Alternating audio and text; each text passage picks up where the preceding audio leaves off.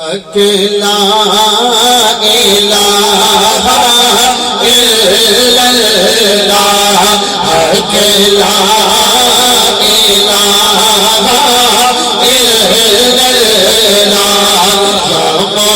محمد سرور صلی علی یا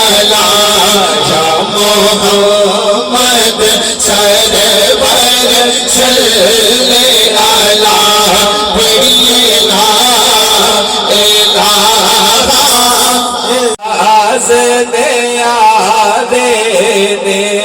اس کلمے دے راز دیا دے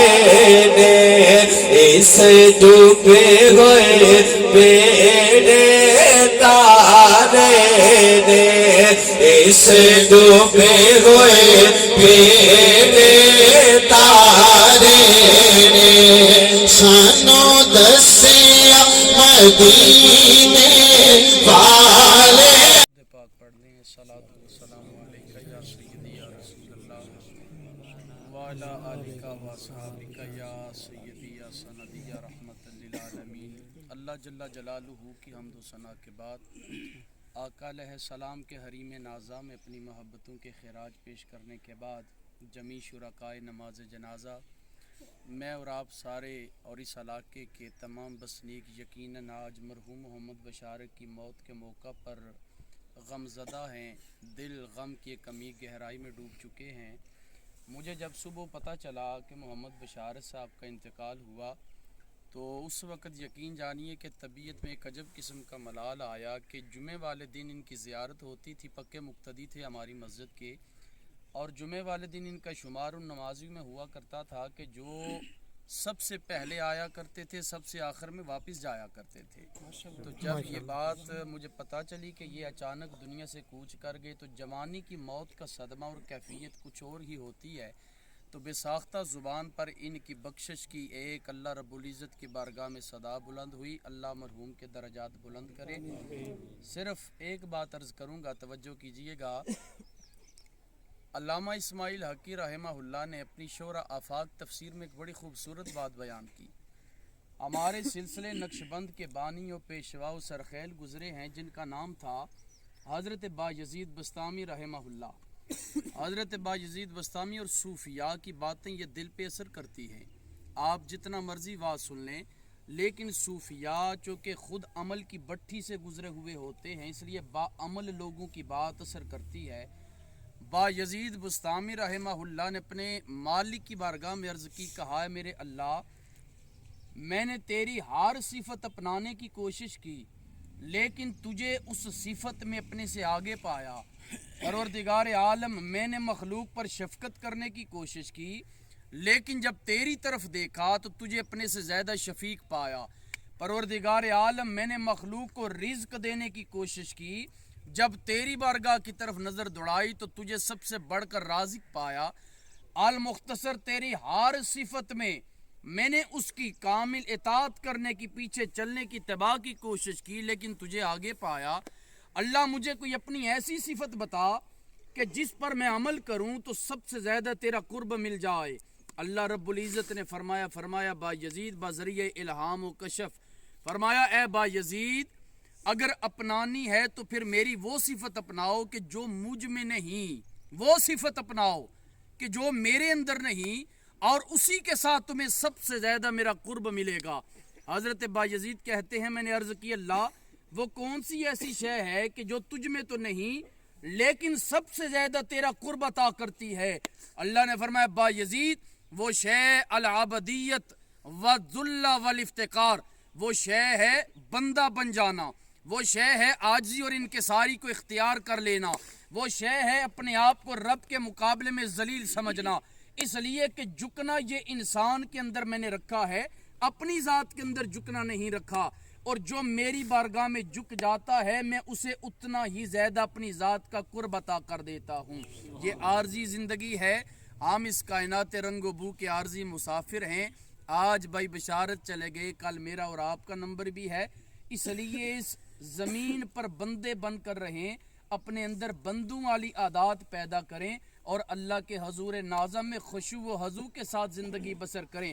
اپنے اندر سے اکڑ غرور یہ چیزیں یہ نکالیں، اس لیے کہ یہ عارضی زندگی ہے، ہر بندے نے مر جانا ہے۔ بار دیگر لواحقین سے میں اظہار تعزیت کرتا ہوں اور دعا کرتا ہوں اللہ مرحوم کے درجات بلند فرمائے، اللہ مرحوم کو بلا حساب اپنے کرم سے جنت عطا فرمائے، وما توفیق اللہ باللہ۔ اپنا مال، اپنی جانیں پیش کرنا، اپنا وقت دینا، یہ سرکار دو عالم کی سنت میں سے، سنتوں میں سے ایک بہترین عمل یہ بھی ہے۔ تو اس لیے آپ کی خدمت میں گزارش ہے، جانے والے چلے گئے، ایک سبق چھوڑ گئے پیچھے کہ موت جوانی میں بھی آ جاتی ہے۔